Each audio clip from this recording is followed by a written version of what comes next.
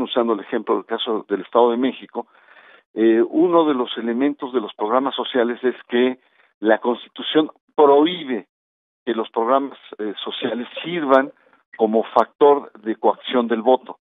Y esto ya ha sido vulnerado incluso por las propias autoridades electorales, por los tribunales, se ha hasta institucionalizado. Te pongo el ejemplo del Estado de México, pero muchos otros, en muchos otros estados, de los programas sociales, asistencialistas, que en el Estado de México, por ejemplo, llegan a ser más de 110.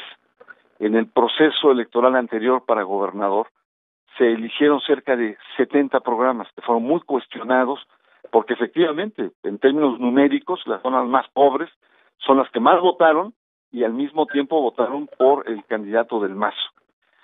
Ahora, frente a la crítica que hubo, tuvieron una reunión la semana pasada y en esa reunión ya no entraron con 70 programas, sino solo 47 programas. Es decir, la lógica continúa en el Estado de México y en otras entidades de utilizar de manera sistemática, incluso más allá de los periodos electorales, la pobreza como vehículo de la orientación del voto. Y la relación es muy sencilla, es decir, si yo gano, tú vas a seguir siendo beneficiario del programa.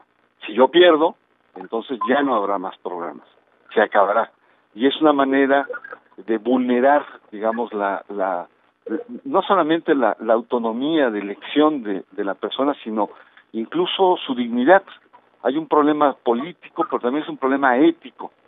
Y el otro elemento, pues lo vemos ya en la televisión, que es esta famosa versión de la tarjeta rosa, que tiene antecedentes todavía más atrás, que tú combatiste mucho en los procesos electorales anteriores, es decir, un cartoncito en donde si gana en este caso el PRI, y está anunciado, pues se te van a hacer una serie de satisfactores, o arreglos o apoyos a los programas o las necesidades que tiene la persona. Entonces, creo que ahí es un ejemplo de este debilitamiento institucional que nos está llevando a tener posturas francamente regresivas en el proceso electoral. Muy difícil hablar de un fraude sistémico al estilo Estado de México, pero de que hay rasgos, hay muchos rasgos que están ahí, que no solamente compete con el debilitamiento de las instituciones o la cooptación, sino también la violencia, el terrorismo electoral que en su momento vislumbramos en el Estado de México.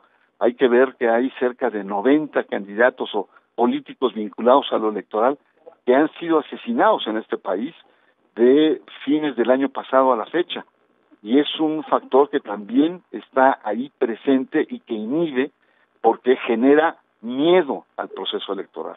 Estos son elementos que debemos tener muy en cuenta los ciudadanos y levantar la voz fuerte para tratar de corregir estas desviaciones que empezamos a notar.